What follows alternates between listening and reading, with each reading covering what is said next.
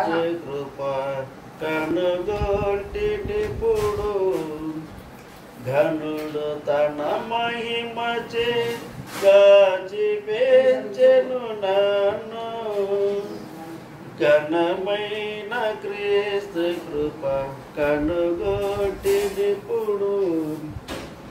ఆపదలలో మునిగి ఎడలో చూడగా నన్ను చేపట్టెను చింత జడకు మనసు వేపాకు కన్ననిది వెగటైన నా జీవ తీపుగా నొనరించి స్థిరపరచనిపుడు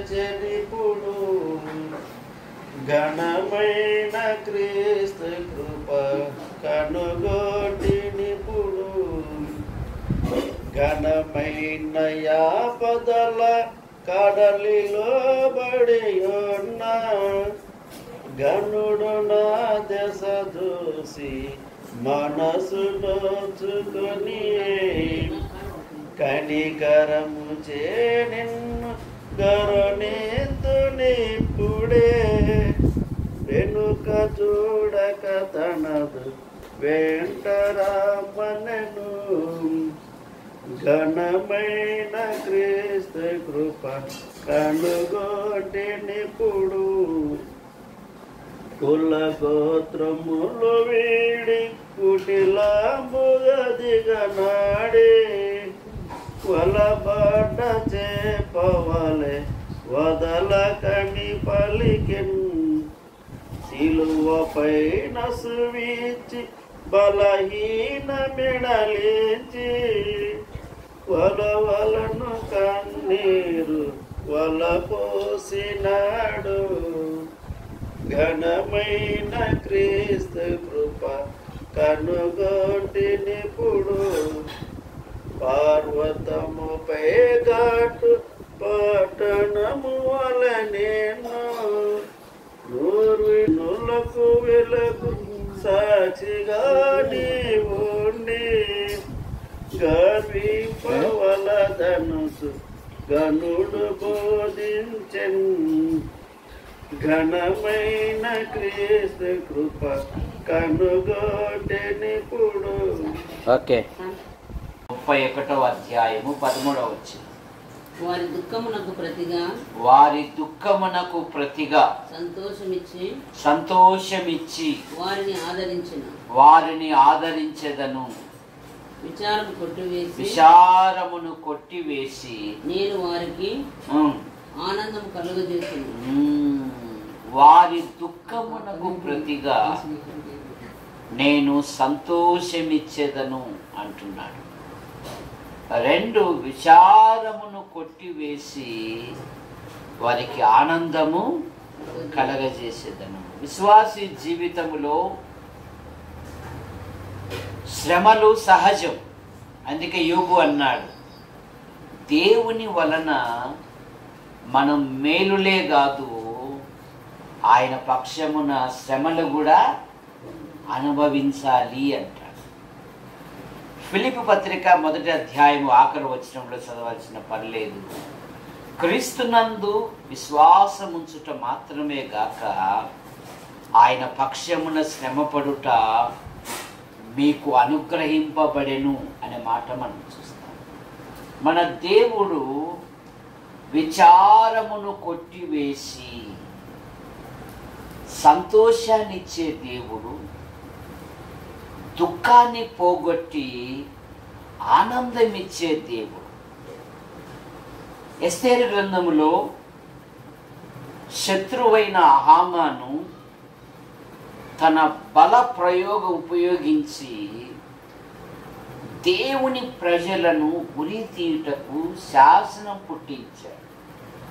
కానీ యూదులందరూ దుఃఖముతో బూడిదల్లో గోనెపట్టులో ఎప్పుడైతే మునిగినారో ఉరి నుండి తప్పించబడి తమ పగవారి బాధ లేకుండా చేసి సంతోషాన్ని ఇచ్చాడు దేవుడు. ఎస్తేరు గ్రంథం 9వ అధ్యాయము 16వ వచనము. 9:16. ఎస్తేరు గ్రంథం 9వ అధ్యాయం 16వ వచనం. ఎస్తేరు అంటే యోబు గ్రంథానికి ముందు ఉంటుంది. రాజు సంస్థానముల యందుండు దక్కిన యూదులు కూడుకొని తమ ప్రాణములను రక్షించుకొనుటకై కూడుకొని ఆధార్ మాసము 13వ దినమందు తమ విరోధులలో 75,000 మందిని చంపివేసి తమ పగవారి వలన బాధ లేకుండా నెమ్మది పొంది 22వ వచనములో వారు బహుమతులు కూడా ఇచ్చుకున్నారు. 9వ అధ్యాయం చేసుకొనుచు సంతోషంగా నుండి ఒకరికొకరు బహుమానములను దరిద్రులకు కానుకలను పంపదగిన దినములన్నీ వారికి స్థిరపరచు. తమ పగవారి బాధలే కనుక విశ్వాస జీవితములో ఆశీర్వాదాలు సమపాలుగా తీసుకోవాలి, శ్రమలు కూడా సమపాలుగా తీసుకోవాలి. కృంగకూడదు. ఎప్పుడే కానీ విశ్వాస జీవితంలో కృంగకూడదు. నెహమ్యాను గురించి రాజు అడుగుతున్నాడు. నెహమ్యా గ్రంథం 2వ అధ్యాయం 2వ వచనములో ఎందుకు విచారంగా ఉన్నావు అంటాడు. అప్పుడు నెహమ్యా అంటాడు, నా దేవుని పట్టణము అగ్ని చేత తగలబడి ఉండగా నేను విచారపడవద్దా అంటాడు. అందుకని దేవుడే నెహమ్యాను పంపించి దేవుని పట్టణమును మరలా కట్టాడు.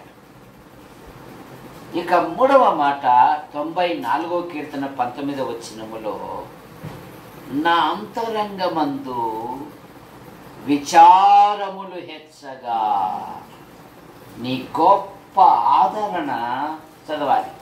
94:19 నా అంతరంగమందు విచారములు హెచ్చగా నీ గొప్ప ఆదరణ నా ప్రాణమునకు నెమ్మది. విశ్వాస జీవితములో శ్రమలు రావు అని చెప్పలే దేవుడు. నా నామము నిమిత్తము జనులు హింసించి నిందించి మీ మీద చెడ్డ మాటలు పలుకున్నప్పుడల్లా మీరు సంతోషించి ఆనందించుడి. తర్వాత దేవుడంట ప్రతి మనిషినికి హృదయపూర్వకముగా ఎవరికే గాని బాధ కలగజేయడంట. విలాపవాక్యాలు 3వ అధ్యాయం 33వ వచనం విచారము కలగజేయడంట.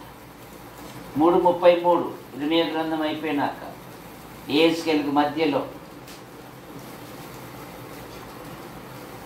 3:33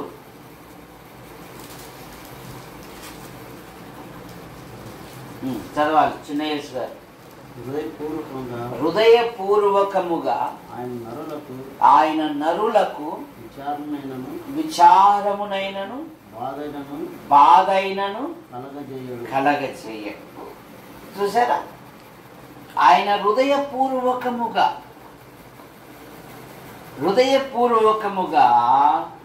ఏ మనుషునికి కూడా బాధైనను విచారమునైనను కలగజేయడు.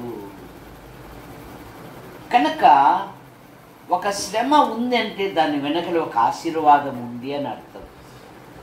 అర్థమైందా? ఒక శ్రమ ఉందంటే దాని వెనకలో ఒక ఆశీర్వాదం. కృంగకూడదు. అందుకే భక్తులు ఏమన్నారంటే 42వ కీర్తన 5వ వచనములో నా ప్రాణమా నాలో నీవేలా కృంగి ఉన్నావు, నాలో నీవేలా. ఒకసారి సమస్యలు వస్తాయి, తొందరపడకూడదు. అక్కడ ఏమంటున్నాడంటే దేవుని యందు నిరీక్షణ ఉంచుము. భక్తుడు ఏమంటాడు? దేవుని యందు నిరీక్షణ ఉంచుము, ఇంకాను నేను ఆయనను స్తుతించెదను. యోబు భార్య అంటున్నది, ఏం స్తుతిస్తావు లేవయ్యా, నువ్వు ఆడిలో బాగా తిని గుండ్రాయి మాదిరి ఉండవు, ఎన్నైనా చెప్తావు, ఆ బాధలు పడితే కదా నీకు అర్థమయ్యేది అన్న. కానీ యోబు అంటాడు, అవి లోకస్తులమ్మ అనేవి దేవుని వలన మేలే కాదు, కీడును కూడా భరించాలి అంటాడు. అందుకని రెండింతలుగా దేవుడు దీవించాడు. కనుక ఆయన హృదయపూర్వకంగా ఏ మనుషునికైనాను విచారమునైనను బాధ అయినను కలగజేయడు. ఆ బాధను ఒక ఆనందంగా మారుస్తాడు. భవిష్యత్తులో చెప్పలేము, ఎందుకంటే మన నేత్రాలు చిన్నవి, ఆయన మనసు గొప్పది. ఆయన అంటాడు, నా తలంపులు మీ తలంపుల వంటివి కావు, నా తలంపులు ఆకాశము కంటే ఎంతో ఉన్నతమైనవి అన్నాడు. కనుక నిరీక్షణతో ఉండాల, కృంగకూడదు. ఏమిసి కృంగకూడదు, నిరీక్షణతో ఉండాల, ప్రభు కొరకు నిలబడాల. అలాంటి వారితో ఏమంటాడంటే కాకుల సంగతి విచారించు అంటాడు. ఏమంటాడు? వాటిని పోషించే దేవుడు మిమ్మును పోషించలేడా? వాటిని పోషించే దేవుడు మిమ్మును పోషించలేడా? 6వ మాట 2 దినవృత్తాంతములు 20వ అధ్యాయము 4వ వచనములో, ఈ యుద్ధము మీరు కాదు, దేవుడే జరిగించును. 4వ అధ్యాయం 20వ అధ్యాయము 4వ వచనం, 2వ దినవృత్తాంతం.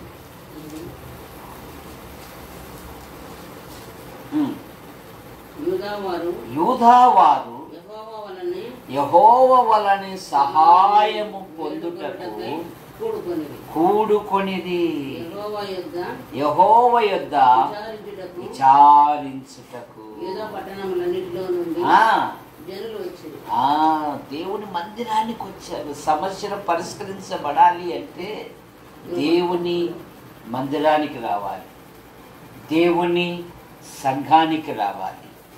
ఆఖరి మాట, మన ఆధ్యాత్మిక జీవితములో దేవుడే మన పక్షమున యుద్ధము చేయువాడు. కనుక విచారమును కొట్టివేసి సంతోషమిచ్చు దేవుడు, దుఃఖాన్ని తొలగించి ఆనందమిచ్చే.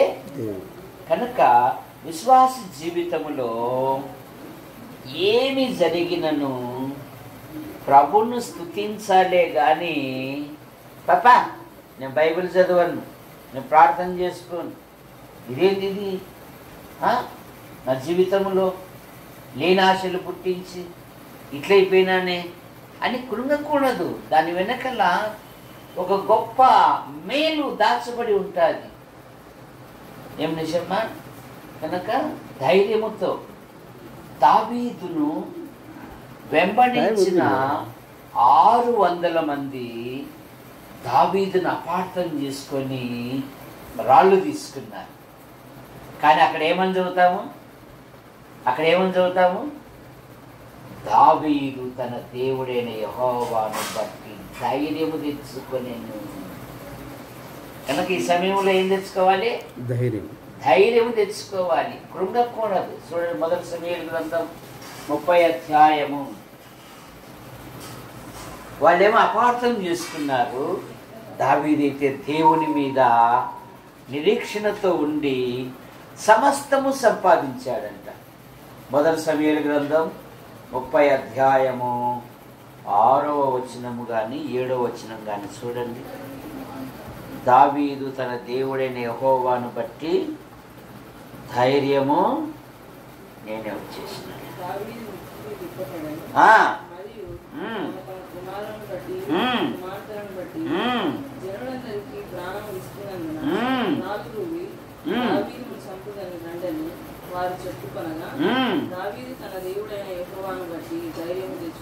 దావీదు తన దేవుడైన యెహోవాను బట్టి. కనుక ఈ సమయంలో ప్రభును బట్టి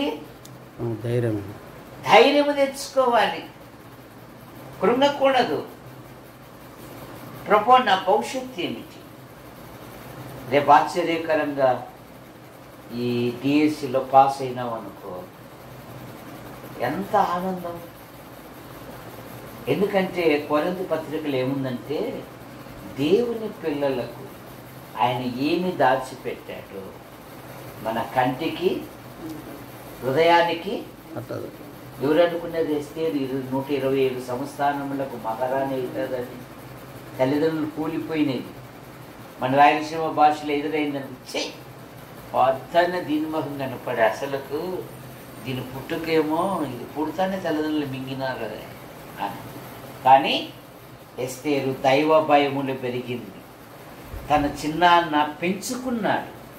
ఎప్పుడైతే దైవ భయము కలిగిందో ఎస్తేరుకి ఇంటికి వచ్చినప్పుడు ఆమె యందు అతనికి దయ కలిగింది. ఒక అనాథ 127 సంస్థానములకు ఏమైంది? మహారాణి, ఉత్తరాణి కాదు. కనుక ఈ విషయంలో మనం ఎక్కడే కానీ కృంగిపోవలసిన పని లేదు, తొందరపడాల్సిన పని లేదు, అలగాల్సిన పని లేదు. అసలు నా భవిష్యత్తు ఏమిటి, నా జీవితం పట్ల నీ సంకల్పాలు, నీ ఉద్దేశాలు ఏవైతే ఉన్నవో అని యాకోబు వలె ప్రభు మీద ఎప్పుడైతే ఆధారపడతావో ఇంతకంటే మరీ శ్రేష్టమైన వాటిని దేవుడు మనకు ఇస్తాడు. ప్రార్థన చేసుకుంటాం. ప్రేమించిన మా తండ్రి, సాగిబండ శాంతమ్మ వదినమ్మ కొరకు నేను ప్రార్థిస్తున్నాను. వదినమ్మకుంటున్న ప్రతి బలహీనత మీరు ముట్టి స్వస్థపరచండి. మా ప్రియులు చిన్నయ్యస్ గారు కర్ణమ్మను బట్టి మీకు స్తోత్రములు, కుమారుడు కుమార్తెను బట్టి మీకు స్తోత్రములు. షారోనమ్మకు సిద్ధూరులో డాక్టర్గా సిద్ధపడతా ఉంది, జీవించండి. వాళ్ళ జీవితంలో కూడా మీ సంకల్పాలు, మీ ఉద్దేశాలు ఏవైతే ఉన్నవో నెరవేర్చండి. సుందర్ ఆయన భార్య, కుమారుడు కుమార్తెను జీవించండి. యేసు ప్రభువా మీకు వందనాలు చెల్లిస్తున్నాం. సునీతమ్మ కుమారుడు కుమార్తె, అత్తమ్మ, ఆడపడుచు వారి కుటుంబ సభ్యులను దీవించండి. అలాగే యేసు ప్రభువా మీకు వందనాలు చెల్లిస్తున్నాం. సహాయం మరి దయచేసి మీ కృపను అనుగ్రహించమని మీ జీవితములు, మీ సంకల్పాలు, మీ ఉద్దేశాలు ఏవైతే ఉన్నవో నెరవేర్చండి. ఇదిగో సునీల్ వికారాబాద్లో జాబ్ చేస్తున్నాడు. ఆ యవనస్తుని పట్ల కూడా మీ సంకల్పాలు, మీ ఉద్దేశాలు ఏవైతే ఉన్నవో నెరవేర్చండి. రాజమ్మక్క అలాగే భర్తను బట్టి, కుమార్తెను బట్టి మీకు స్తోత్రం దీవించండి. నైనా బీసు వంశవృక్షాన్ని కూడా దీవించి మీరు మహిమ పొందండి. సాగిబండ వంశవృక్షాన్ని దీవించండి. అయ్యా మీకు వందనాలు చెల్లిస్తున్నాను తండ్రి. ఇదిగో మరి సునీల్ ఆయన భార్య, అలాగే నిస్సి, నిన్ను నమ్మిన పిల్లలు అనేకులు డిఎస్సి పరీక్షలు రాశారు. ఫలితాల విషయంలోనూ, జాబుల విషయంలోనూ యోబు గ్రంథం 5వ అధ్యాయములో అట్లా ఆయన దీనులను ఉన్నత స్థలములలో ఉంచును అనే మాటను బట్టి ఇస్తారు. దీవించండి, కార్యం జరిగించండి. వీరి పట్ల మీ సంకల్పాలు, మీ ఉద్దేశాలు ఏవైతే ఉన్నవో నెరవేర్చండి. యేసు ప్రభువా ఈ రాత్రి మీరు మహిమ పొందండి. మా ప్రియుల యొక్క అనుదిన డ్యూటీలో నైనా రాకపోకల యందు అధికారులు, అనధికారుల మధ్య మీ కృపాక్షేమాల నుంచి కాపాడండి. పిల్లలు చదువులో చురుకైన జ్ఞానం, వివేకం, ఆలోచన దయచేయండి. పిల్లల మీద ఎందును, మనుషుల దయందును, వయసులో, జ్ఞానములో, విద్యలో ఎదుగుటకు మీ కృపను దయచేయండి. రాత్రి మహిమ పొందండి. కుమారి అలాగే ఉత్తర దేవుడు ఆయన భార్య కుమార్తెను దీవించండి. సుందరి గాయపాటు జరుగుతూ బాధపడుతుండగా మీరు కనికరించి ఆరోగ్యం ఇచ్చారు, మీకు స్తోత్రములు. సంఘాన్ని దీవించండి. సంఘం దినదినం బలపడినట్లుగా మీ కృపను మా కొరకు ప్రార్థిస్తూ, మా అవసరాలు తీరుస్తూ, సమయాలలో సహాయపడుతున్న ప్రతి ఒక్కరిని యూట్యూబ్ ద్వారా వీక్షిస్తున్న ప్రతి వారిని కూడా దీవించమని యేసు ప్రభు నామములో ప్రార్థిస్తున్నాం తండ్రి. ఆమేన్. వందనాలు.